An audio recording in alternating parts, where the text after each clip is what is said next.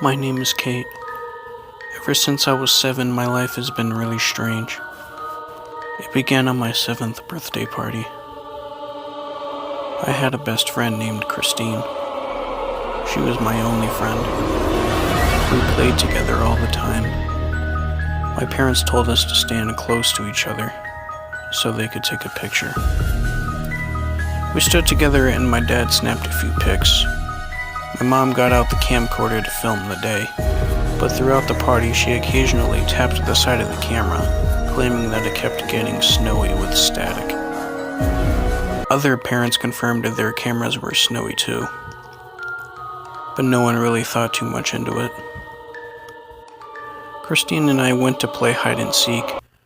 We told our parents we wanted to play in the woods behind our house. They said no at first, but we begged them into submission. My father told us not to go too far. We ran into the woods. We played for about 10 minutes of hide and seek. It was my turn to count. I counted to 10, then went and searched for Christine. I looked behind every tree in the surrounding area, but couldn't find her. I looked up in the trees, thinking maybe she climbed up, but then I remembered she couldn't climb trees. I searched for 3 minutes, calling her name, but to no avail. I ran back to the party telling my parents that Christine was gone. My dad and Christine's dad ran into the woods in search of her. When they returned without Christine, my mother pulled out her phone and called the police. A search party was sent out, but Christine was never found. I'm 17 years old now. Since that day, I have had nightmares about what could have happened to Christine. Everyone assumed she either just got lost in the woods or was kidnapped. I didn't have a clue what happened. All I knew was that my childhood best friend was gone. I eventually made new friends. Not to replace Christine, but because my mom said I needed to make some friends or I would always be lonely. I have a big group of friends, me being the only girl, unfortunately. My new friends' names were Michael, Jason, Chuck, Freddie, and Jeff. Michael was mostly quiet, but really friendly. Jason was Michael's cousin. Jason was more popular at school, which I think made Michael jealous sometimes. Chuck was the shortest of all of us. Chuck and Freddie were the real best friends of our group. They were both really sarcastic and loved cracking jokes and pulling pranks, which is why they got along so well. Jeff, on the other hand, is the adolescent of the group, or as Chuck and Freddie like to call him, the emo. I think he even has a thing for me. I never told him about my childhood friend Christine, or about what happened to her. I didn't tell anyone new that I met. I also never told anyone about him. The one I see in my nightmares. The one who calls me out to the woods. I first saw him in a photograph. I remember one day I was looking through old pictures from my 7th birthday party. Pictures of Christine and I playing together, laughing and having a good time. Then I came across the picture my mom took of Christine and I standing close together. I never noticed it before, but there was someone in the background. A man wearing a suit. He was really tall. He was bald and had really pale skin. The oddest part about him was I couldn't make out his face. No one else seemed to have noticed him. I wondered if he had anything to do with Christine's disappearance. I put the pictures away and sat down on the living room couch. I never really got over Christine's disappearance. We were best friends, and when she vanished, it was like a part of me went with her, wherever it was she went. I pondered over all the thoughts going through my mind, until I noticed something within my peripheral vision. Something outside the living room window. I got up and walked to the window. I couldn't see anything at first, just the trees in the woods behind the house. The sun shining bright. I was just turning away from the window when I saw it. It looked like someone was standing behind a tree 4 rows down, poking their head out at me. I tried to make out who or what it was. All I could make out was that whoever this was 4 feet 8 inches tall and was wearing a hood. I couldn't make out their face. Boo! Jason jumped up to the window outside, scaring me a heart attack. Jason, you jerk, I yelled at him. Hi, Kate, he waved to me through the window. I stomped outside, ready to pound his face in. Hey, relax, it was just a joke, he said. Jeff walks up and says, Hey, Kate, we found a little cabin in the woods on our way over here. You want to check it out? I don't know, I said. I think Kate's scared, Jason said. Shut up, I am not, I said. All right then, let's go, he said. Reluctantly, I followed them down a path through the woods. All while we were walking through the woods, I couldn't help but feel like I was being watched. I constantly looked around the woods to see if anybody or anything was watching us. Just then, Jeff walked up next to me and asked, Hey, are you okay? I told him yes and that I never liked the woods. He asked why. I told him it was just something that happened to me as a kid. He asked what happened. Before I could say another word about it, Jason said, We're here. We had come to a small cabin. Dark brown wood held the structure together. It had dust and stain-covered windows. Looks creepy, said Chuck. Wuss, said Freddy. You're a wuss, countered Chuck. Let's go inside and check it out, said Michael. I personally thought it was weird that a cabin was sitting abandoned in the middle of the woods. But before I could say anything, all 5 of my friends walked up to the front porch and made their way into the cabin. Boys will be boys. I walked up the creaky front steps and walked inside. It was dark, except for some sunlight coming through the windows. There were cobwebs on every upper corner of the house. There was nothing in here. No furniture, no cabinets, no nothing. This place is empty, I said. Not exactly, Jeff called from somewhere down the hallway next to us. We found him in a dark room at the end of the hall. He was looking through a bunch of papers scattered all across the floor of the room. Guys, look at these, Jeff said. He held up one of the papers. The word no was written on it 12 times. Jason picked up another. Don't look at him, Jason read out loud. He looked at us with confusion. Chuck picked up another and read it. Don't go into the woods. While the others debated about what any of these papers meant, I crouched down and picked up a page that caught my eye. It wasn't words but a drawing. It was of a man standing in what I guessed were the woods. So many questions were racing through my mind. Why were all these pages scattered all over the floor of an abandoned cabin in the woods? What did they mean? And who made them? My thoughts were interrupted when Jeff said something that chilled me to the bone.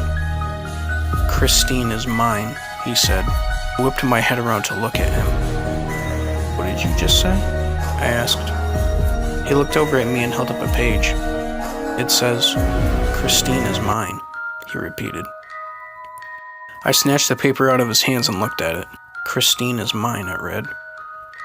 My hand started to shake, and I could feel cold sweat running down my forehead. I read the page over and over again. It wasn't until Jeff shook my shoulder that I finally snapped back to reality. You okay? He asked. Yeah, I'm fine. Come on, let's go, I said. I folded the paper and put it into my pocket. Jason, Michael, Chuck, and Freddy followed me outside with Jeff emerging from the cabin a minute later. He jogged up to me asking if I was okay. I said yes, I was. Do you know someone named Christine? He asked. Reluctantly, I told him the story of how my best friend Christine went missing in the woods on my birthday. Do you think the page means anything? He asked. I don't know, I answered. The rest of the way home, everyone was quiet, especially me. Those 3 haunting words kept repeating in my mind. Christine is mine. Does that mean whoever wrote and drew those things on the pages is the one that took Christine? It all sounded insane to me. It was dark when we finally made it back to my house. My friends asked if I was okay. I assured them that I was fine and I just needed to rest. They all said goodbye and turned to walk home. Jeff gave me a reassuring smile, then walked to join the others. I went right up into my room and lay down on my bed. I pulled out the page and read it again. trying to make sense of it. I eventually passed out, exhausted after today. I woke up at 2 a.m. My phone rang on the desk next to my bed. I yawned and then reached over and picked it up and placed it to my ear. "Hello?" I said. "Kate." It was Jeff's voice. He sounded like he just ran a marathon. He was breathing so heavily. "Jeff, what's wrong?" I asked. Then his voice got really low and disturbingly scratchy. "Kate, he's coming. He's outside my window. He says he's coming for you." "Jeff, what are you talking about? Who's coming?" "The man with no face. He says he's coming for you. And so is she." Before I could ask anything, the phone went dead. I put the phone back on the receiver, confused and a little freaked. Then I noticed something outside. I walked over and peeked out and saw him, the man with no face, wearing a suit, staring eyeless at me. My head suddenly started pounding. I put my hands to my head, praying for the pain to stop. The pain was so bad my ears started ringing. No, not ringing. I heard static. Why did I hear static? My vision started to blur. A man bouncing around my unstable vision. Then everything went black. I woke up the next morning. My head was pounding and I was on the floor. I got up and went to the window. The man was gone, but I saw something else that worried me. I saw cop cars and an ambulance over at Jeff's house. I immediately left my house and made my way towards Jeff's. My friends were already there. Jason turned to me. "Kate, there you are. We tried calling you." "What's going on?" I asked. Jason pulled me aside and said, "Kate, Jeff is dead." My heart nearly stopped. "What?" I asked. "Jeff is dead," he repeated. "But how? I was on the phone with him last night," I said. "Did he say anything about having suicidal thoughts or anything out of the ordinary?" he asked. I thought about the faceless man from last night. "No," I answered. "Well, I overheard the investigators talking, and they are ruling it out as a suicide. His mom found him this morning next to a knife, his throat slit." I put my hand over my mouth in shock. "Why would he kill himself?" I asked in disbelief. "No one knows. But the weirdest part about it is the forensics team dusted the knife for fingerprints." "So?" I asked. "His fingerprints weren't on it. In fact, no fingerprints could be found." "How's that possible?" I asked. "I have no idea," he said. "But the investigators also found his body surrounded by those pages from the cabin. He brought them home with him," he said. I laid in my bed nearly the rest of the day. I couldn't believe Jeff was dead. I knew it was the man from last night. That phone call from Jeff last night. He was trying to warn me, and now he's gone. A thought came to my mind. The cabin. I knew what to do. It was mid-afternoon by the time I got to the cabin. I walked into the room where we found the pages. There were 8 pages scattered across the floor. I thought Jeff had taken them all home, but dismissed the thought, assuming he just left some. I looked through all 8 pages, but they were different from the ones before. I read them one by one. "Christine is mine. Jeff is mine. They're all mine. And you will be too. I'm coming. I'm in the woods. I'm in the cabin. I'm behind you, Kate." I read the last one again. Then that's when I heard it. That static sound again. I knew he was behind me. I didn't dare turn around. I closed my eyes, hoping he would leave. When I opened them, I nearly dropped to the ground. There, standing in front of me, was Christine. She was still little, like she was when I last saw her years ago. She looked zombified. She wore a gray hoodie. I could see her eyes were sunk into her sockets. Her eyes stared at me with no emotion. I called out to her, Christine? Christine, it's me, Kate, remember? Just then a horrifying voice from behind me said, "She's mine now." I then remembered why I came here. I brought a lighter to burn these pages in hope of getting rid of this faceless freak. I pulled out the lighter and grabbed a page and lit it on fire. I then heard a hissing sound from behind me. He must get his power from these pages. But before I could grab another, I was tackled by Kate. She sat on top of me and wrapped her hands around my throat and squeezed. She was stronger than when I saw her years ago. She hissed and growled at me like an animal. No way this was Kate. At least not the one I remember from my 7th birthday. I got my foot underneath her stomach and flipped her over me. She landed out in the hall. She immediately got back on her feet and lunged for me. I dodged out of her grasp just in time. I then pulled out my lighter, flicked it on, and tossed it on the floor. The room suddenly ignited into a wall of flames, separating Kate and I. I took one last look at Kate before I ran out. She was still hissing and growling, searching for a way out of the flames. I ran out of the cabin as fast as I could and ran back to the house. It was night by the time I arrived. My mother demanded to know where I had been. I apologized and told her I just needed to go for a walk after what happened earlier in the day. I went into my room and dropped onto my bed. It was finally over. On the way back home, I didn't feel like I was being watched. Burning the pages really worked. I actually got rid of that faceless creep. I was so happy and relieved, and exhausted. I quickly fell asleep after that. I woke up sometime in the middle of the night. I didn't know what time it was.